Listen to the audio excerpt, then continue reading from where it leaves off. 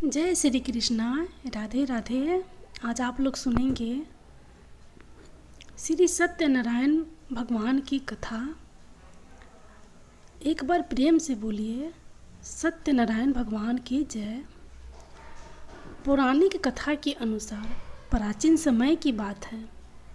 एक बार विष्णु भक्त नारद जी ने भ्रमण करते हुए मृत्यु लोक के प्राणियों को अपने अपने कर्मों के अनुसार तरह तरह के दुखों से परेशान होते देखा। इससे उनका संत हृदय दरिद्र हो उठा और वे वीणा बजाते हुए अपने परम आराध्य भगवान श्री हरि की शरण में हरि कीर्तन करते क्षीर सागर पहुँच गए और स्तुति पूर्वक बोले, हे नाथ, यदि आप मेरे ऊपर प्रसन्न हैं तो मृत्यु लोक की प्राणियों की व्यथा हरने वाला कोई छोटा सा उपाय बताने की कृपा करें। तब भगवान ने कहा, हे वत्स्य, तुमने विश्व कल्याण की भावना से बहुत सुंदर प्रश्न किया है, अतः तुम्हें साधुवाद है। आज मैं तुम्हें ऐसा व्रत बताता हूँ जो स्वर्ग में भी दुर्लभ है और महान पुण्यदायक है तथा मोह के बंधन को काट देने वाला है, और वह है श्री सत्यनारायण व्रत। इसे विधि विधान से करने पर मनुष्य संस्कारिक सुखों को भोगकर परलोक में मोक्ष प्राप्त कर लेता है। इसके बाद काशीपुर नगर के एक निर्धन ब्राह्मण को भिक्षावृत्ति करते देख भगवान विष्णु स्वयं ही एक बूढ़े ब्राह्मण के रूप में उस निर्धन ब्राह्मण के पास जाकर कहते हैं, हे विप्र, श्री सत्यनारायण भगवान मनवांछित फल देने वाले हैं। तुम उनके व्रत पूजन करो, जिसे करने से मनुष्य सब प्रकार के दुखों से मुक्त हो जाता है। इस व्रत के उपवास का भी अपना महत्व है, किंतु उपवास से मात्र भोजन न लेना ही नहीं समझना चाहिए। उपवास के समय हृदय में यह धारणा होनी चाहिए कि आज श्री सत्यनारायण भगवान हमारे पास ही विराजमान है, अतः अंदर वह बाहर सुचिता बनाए रखनी चाहिए और श्रद्धा विश्वास पूर्वक भगवान का पूजन कर उनकी मंगलमयी कथा का श्रवण करना चाहिए। सायंकाल में यह व्रत पूजन अधिक प्रशस्त माना जाता है। साधु वैश्य ने भी यही प्रसंग राजा उनका मुख्य से विधि विधान के साथ सुना, किंतु उसका विश्वास अधूरा था, श्रद्धा में कमी थी। वह कहता था कि संतान प्राप्ति पर सत्य व्रत पूजन करूँगा। समय बीतने पर उसके घर एक सुंदर कन्या ने जन्म लिया। उसकी श्रद्धालु पत्नी ने व्रत की याद दिलाई तो उसने कहा कि कन्या के विवाह के समय करेंगे। समय आने पर कन्या का विवाह भी हो गया, किंतु उस वैश्य ने व्रत नहीं किया। वह अपने दामाद को लेकर व्यापार के लिए चला गया। उसे चोरी के आरोप में राजा चंद्रकेतु द्वारा दामाद सहित कारागार में डाल दिया गया। पीछे घर में चोरी हो गई। पत्नी लीलावती व पुत्री कलावती भिक्षावृत्ति के लिए विवश हो गई। एक दिन कलावती ने किसी विप्र के घर श्री सत्यनारायण का पूजन होते देखा और घर आकर माँ को बताया। तब माँ ने अगले दिन श्रद्धा से व्रत पूजन कर भगवान से पति और दामाद के शीघ्र वापस आने का वरदान मांगा। श्री हरि प्रसन्न हो गए और स्वप्न में राजा को दोनों बंदियों को छोड़ने को आदेश दिया। राजा ने उनका धन धान्य तथा प्रचुर द्रव्य देकर उन्हें विदा किया। घर आकर पूर्णिमा और संक्रांति को सत्यव्रत का जीवन पर्यंत आयोजन करता रहा। फलतः सांसारिक सुख भोग कर उसे मोक्ष प्राप्त हुआ। इसी प्रकार राजा तुगदध्वज ने वन में गोपगणों को श्री सत्यनारायण भगवान का पूजन करते देखा, किंतु प्रभुता के मद में चूर राजा न तो पूजा स्थल पर गया, न दूर से ही प्रणाम किया और ना ही गोपगणों द्वारा दिया प्रसाद ग्रहण किया। परिणाम यह हुआ कि राजा के पुत्र धन धान अश्व गजादि सब नष्ट हो गए। राजा को अकस्मात यह अभ्यास हुआ कि विपत्ति का कारण सत्यदेव भगवान है, निराधार है। उसे बहुत पश्चाताप हुआ। वह तुरंत वन में गया, गोपगणों को बुलाकर काफ़ी समय लगाकर सत्यनारायण भगवान की पूजा की। फिर उसने उनसे ही प्रसाद ग्रहण किया तथा घर आ गया। उसने देखा कि विपत्ति टल गई और उसकी सारी संपत्ति तथा जन सुरक्षित हो गए। राजा प्रसन्नता से भर गया और सत्य व्रत के आचरण में निरत हो गया तथा अपना सर्वस्व भगवान को अर्पित कर दिया।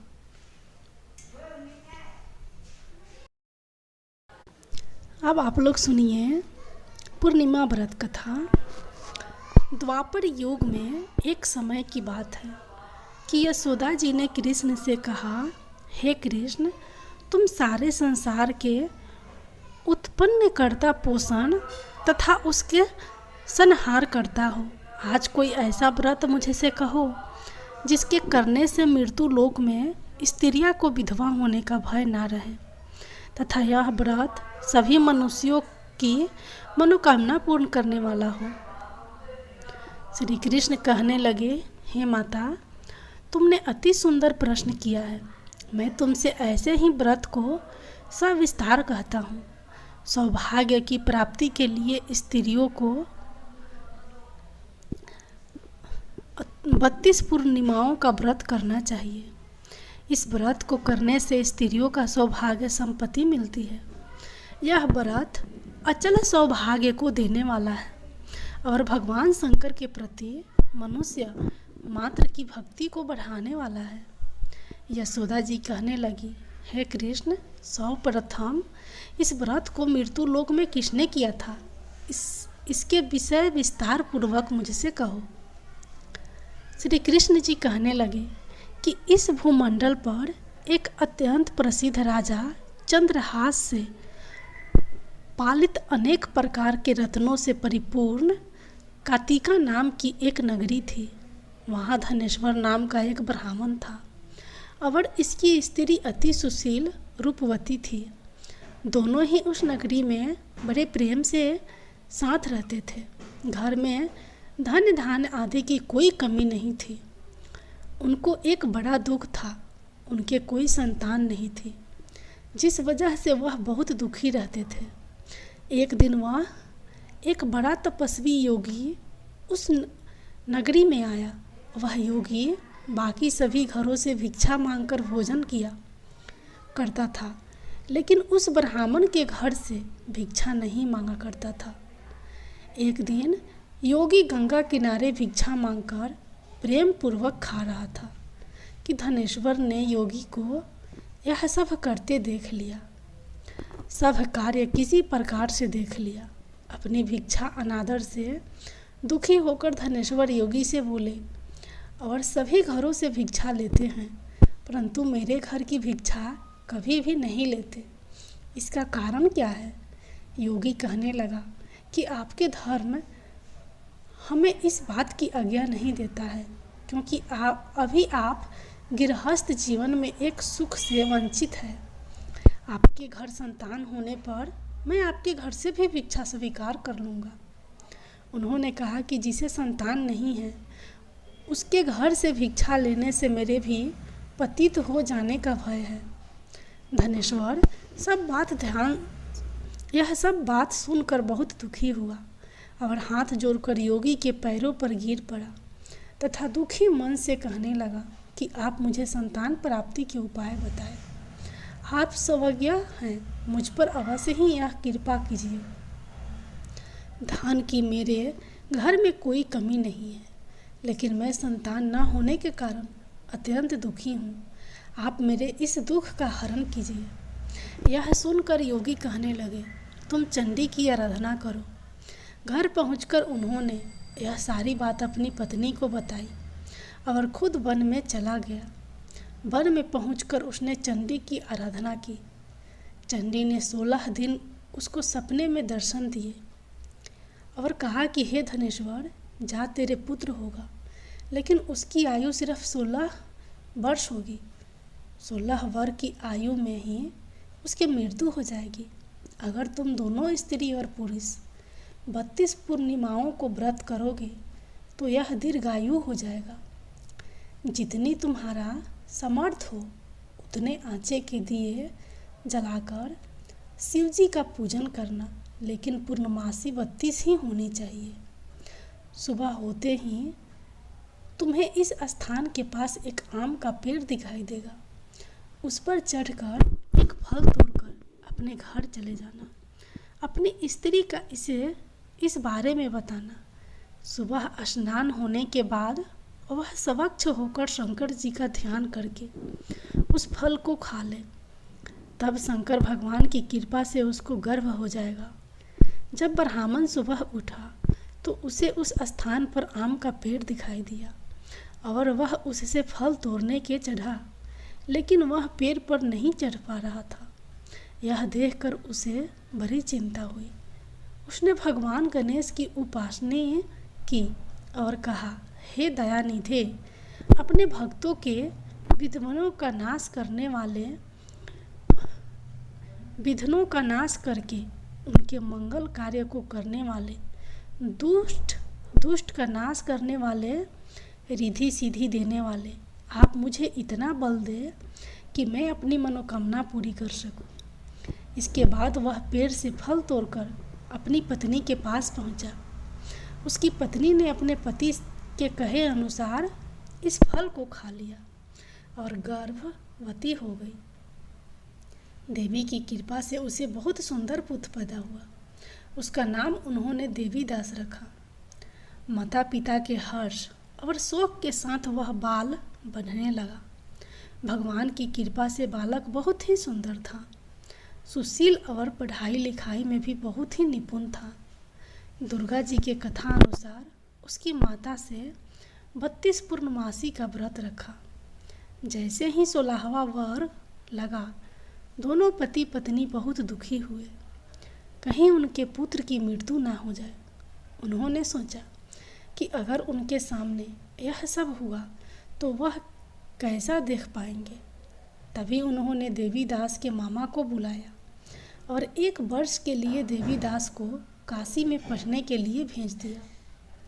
1 वर्ष के बाद उसे वापस लेकर आ जाना। देवीदास अपने माता के साथ एक घोड़े पर सवार होकर चल दिया। उसके मामा को भी यह बात पता नहीं था। दोनों पति पत्नी से 32 पूर्णमासी का व्रत पूरा किया। दूसरी तरफ मामा और भांजा दोनों रात गुजारने के लिए रास्ते में एक गांव में रुके। उस दिन उस गांव में ब्राह्मण की कन्या का विवाह होने वाला था।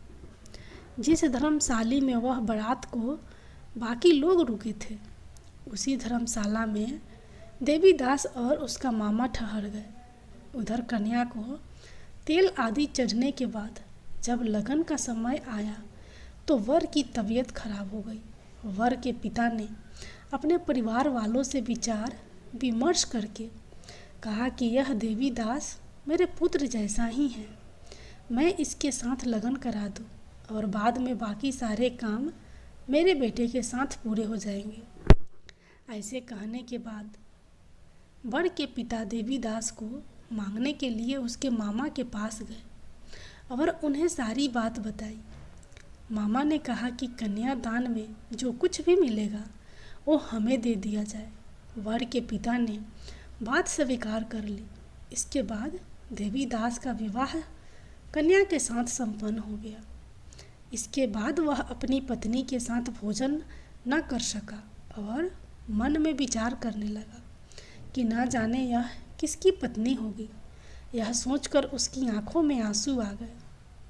तब वधू ने पूछा कि क्या बात है, आप उदास क्यों हैं? तब उसने सारी बातें पत्नी को बता दी। तब कन्या कहने लगी, यह बड़ा विवाद के विपरीत है। आप ही मेरे पति हैं, मैं आपकी ही पत्नी रहूँगी, किसी अन्य की कभी नहीं। तब देवीदास ने कहा, ऐसा मत करिए, क्योंकि मेरी आयु बहुत कम है। मेरे बाद आपका क्या होगा? मेरे बाद आपका क्या होगा? लेकिन उसकी पत्नी नहीं मानी और बोली, स्वामी आप भोजन कीजिए। दोनों रात में सोने के लिए चले गए। सुबह देवीदास ने पत्नी को 4 नागों से जरी एक अंगूठी दी और एक रुमाल दिया और बोला कि हे प्रिय, इसे लो और संकेत समझकर स्थित चित हो जाओ। मेरे मरण और जीवन जानने के लिए एक पुष्प वाटिका बना लो। उसमें सुगंधि वाली एक नौ मल्लिका लगा लो। उसको प्रतिदिन जल से सींचा करें और आनंद के साथ खेलो कूदो। जिस समय और जिस दिन मेरा प्रांत होगा, उस दिन यह फूल सूख जाएंगे। जब यह फिर से हरे भरे हो जाए तो जान लेना मैं जीवित हूँ। यह समझाकर वह वहाँ से चला गया। इसके बाद जब वह वर और बाकी बाराती मंडप में आए तो कन्या ने उसे देखकर कहा कि ये मेरा पति नहीं है। मेरे पति वह है जिनके साथ रात में विवाद हुआ है। इसके साथ मेरा विवाह नहीं हुआ है। अगर यही वही है तो यह बताए कि मैंने इसके क्या दिया है। साथ ही कन्यादान के समय को आभूषण मिले उन्हें दिखाए। कन्या की ये सारी बातें सुनकर वह कहने लगा कि मैं यह सब नहीं जानता। इसके बाद सारी बारात भी अपमानित होकर लौट गई। भगवान कृष्ण बोले, हे माता, इस प्रकार देवीदास काशी चला गया। कुछ समय जब बीत गया तो एक सर्प उसको डसने के लिए वहाँ आया, लेकिन वह उसको काट नहीं पाया, क्योंकि उसकी माता ने पहले ही 32 पूर्णिमा का व्रत कर लिए थे। इसके बाद खुद काल वहाँ पहुँचा भगवान की कृपा से। तभी वहाँ माता पार्वती और भगवान गणेश आ गए।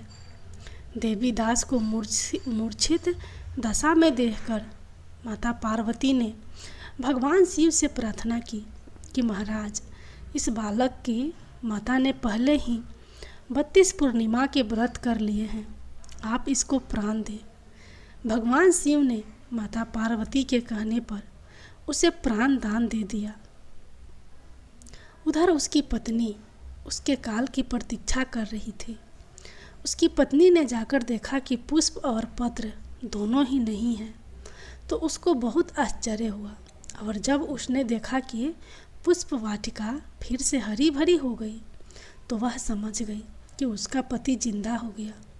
इसके बाद वह बहुत ही प्रसन्न होकर अपने पिता से कहने लगी कि मेरे पति जीवित हैं, उनको ढूंढिए। जब 16वां वर्ष व्यतीत हो गया तो देवीदास भी अपने मामा के साथ काशी चल दिया। इधर उसकी पत्नी के परिवार वाले उन्हें ढूंढने के लिए जा ही रहे थे कि उन्होंने देखा कि देवीदास और उसका मामा इधर ही आ रहे थे।